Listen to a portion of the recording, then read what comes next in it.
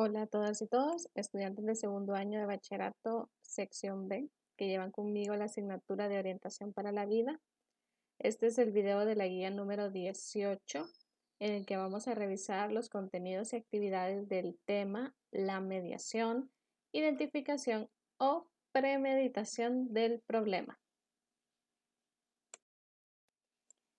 Y en esta ocasión los indicadores de logro son dos: el 3.4 que dice participa con agrado y con empatía, aplicando y explicando las fases de la mediación, y el 3.6 que es identifica personas de su entorno con rasgos de mediador o mediadora, asumiendo el compromiso de desarrollarlos en su persona.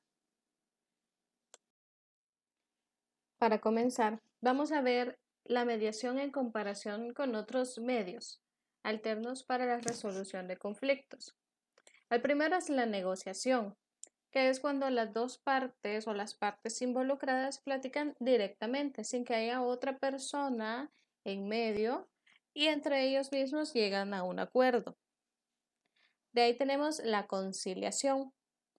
Aquí sí ya interviene una tercera persona, pero su objetivo es simplemente mejorar las relaciones, sin interés en la resolución o en llegar a un acuerdo. Lo importante es justamente conciliar, que logren estar en en una buena relación.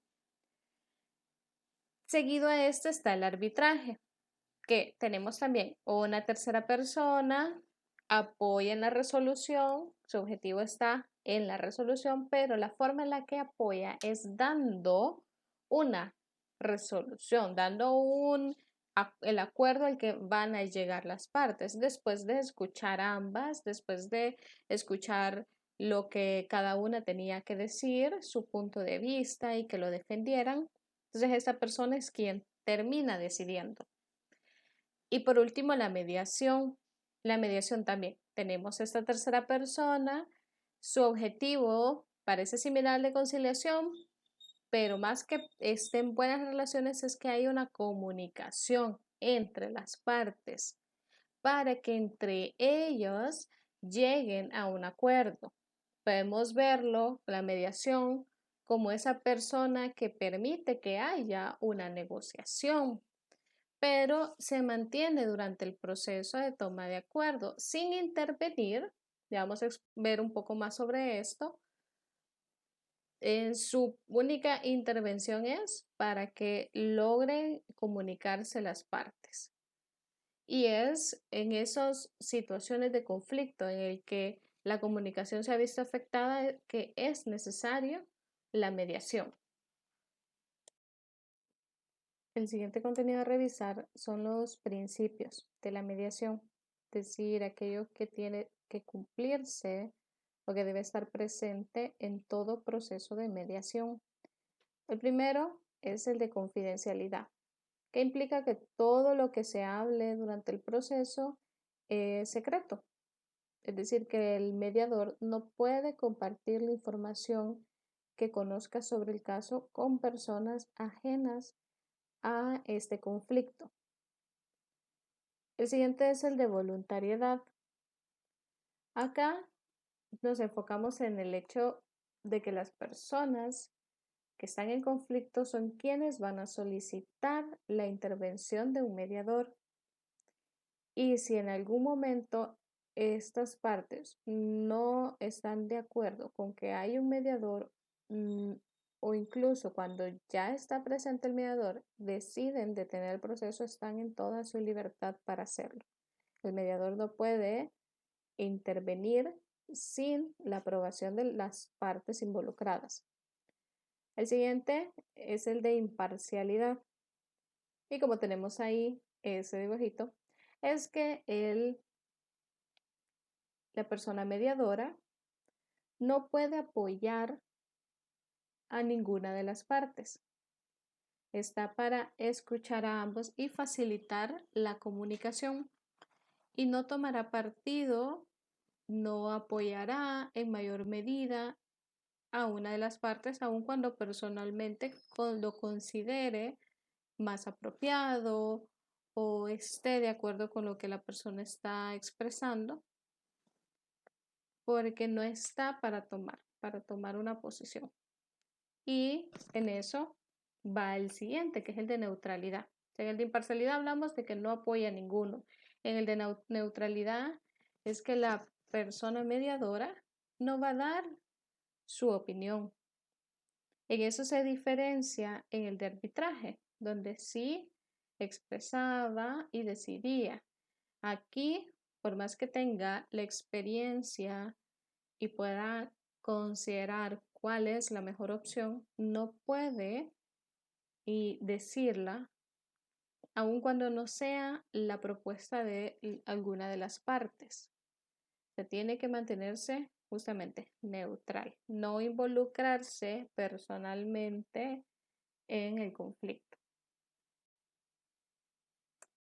El último contenido es el de las fases y vamos a ver 7, empezando desde la definición del conflicto, que acá nos referimos a poder detallar claramente con la información que se cuenta cuál es la situación y así favorecer más esa objetividad que va a ayudar a la neutralidad, igualmente ayudará a, poder mantenerse claro y poder ver una línea para las siguientes fases. Aquí es importante que se evite aludir a otros problemas o que las partes se centren en características de las personas que no tienen que ver con el conflicto, sino que centrarse justamente en los hechos del conflicto que se está trabajando. La siguiente fase es reconocer y respetar sentimientos. Como decíamos, en la mediación es cuando hay una afectación en la comunicación de las partes. Entonces, antes de llegar y ya abordar y tratar de solucionar, primero es establecer un punto, establecer una buena relación del mediador con ellos y que quede claro de que las emociones, los sentimientos se respetan de todas las partes involucradas. Ya de ahí pasa la fase de preguntar y así pueden expresar sus opiniones. Es decir, antes hablamos de sentimientos, ahora ya las opiniones, las ideas que tengan y encontrar las coincidencias que existan entre las partes. Seguido a esto, vamos con recibir las propuestas de solución. Y cada parte debe presentar su propuesta y expresar lo que esperan que cambie a partir de esa solución que han presentado. Seguido de esto, va la elección. Y acá es centrarse en cuál es la más realista, razonable, práctica, pero aceptando que no hay una solución perfecta. Es de considerar cuál es la más adecuada para el momento, aún sabiendo que tal vez no es la mejor, pero es lo que se puede hacer en esa situación. De ahí, cuando ya se ha seleccionado por las partes, cuando se ha ayudado y se ha apoyado para que logren llegar y evaluar y analizar las propuestas, entonces logra pasar ya la implementación y el mediador está para ver cómo puede mejorarse incluso esa opción que se ha seleccionado para que así las partes estén satisfechas con lo que se ha logrado llegar. Y por último, es que haya un compromiso de respetar y cumplir esa propuesta, porque las soluciones no son solo para el momento, sino que suelen ser algo que debe de mantenerse para que la relación no se vuelva a ver afectada. Entonces tiene que existir ese compromiso de las partes y el mediador se va a encargar de que ese compromiso, que no se basta solo de decir, sino que logren reconocer cuál va a ser la dificultad para mantener el compromiso, pero también ver las ventajas de mantenerlo. Y a partir de estos contenidos, ustedes van a realizar las 4 actividades de la guía. Primero es la reflexión personal, de experiencias que ustedes hayan tenido de situaciones de mediación a partir de una serie de preguntas. Seguido estaría las situaciones de aplicación de los medios alternos, no solo el de mediación, para la solución de conflictos. Esto a partir de unas situaciones de ejemplo que ustedes van a decidir qué medio alterno aplicarían y cómo, describiendo claramente cómo aplicarían. Por ejemplo, el de conciliación, en qué se enfocarían para llegar a ese punto de conciliar las partes.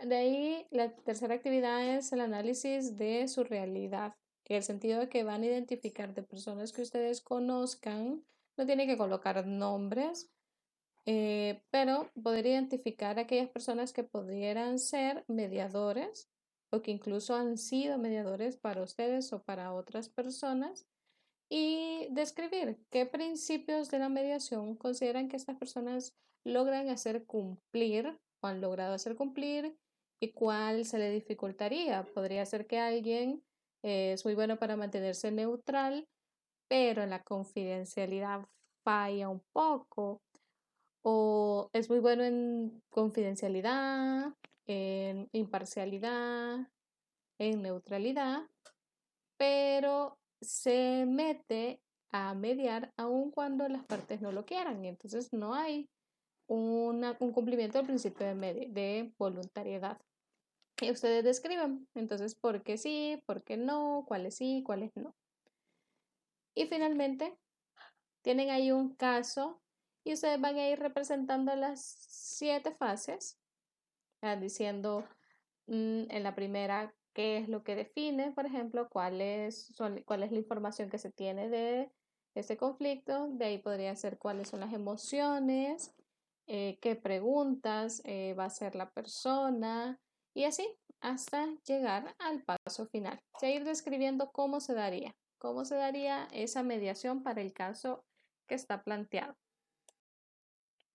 Si todavía quedan dudas o consultas, como siempre, ya saben que en las clases a la 1:45 el día lunes o el miércoles en asesoría a las 11 o en todo caso en el correo. Siempre estoy ahí pendiente para resolver sus dudas o consultas.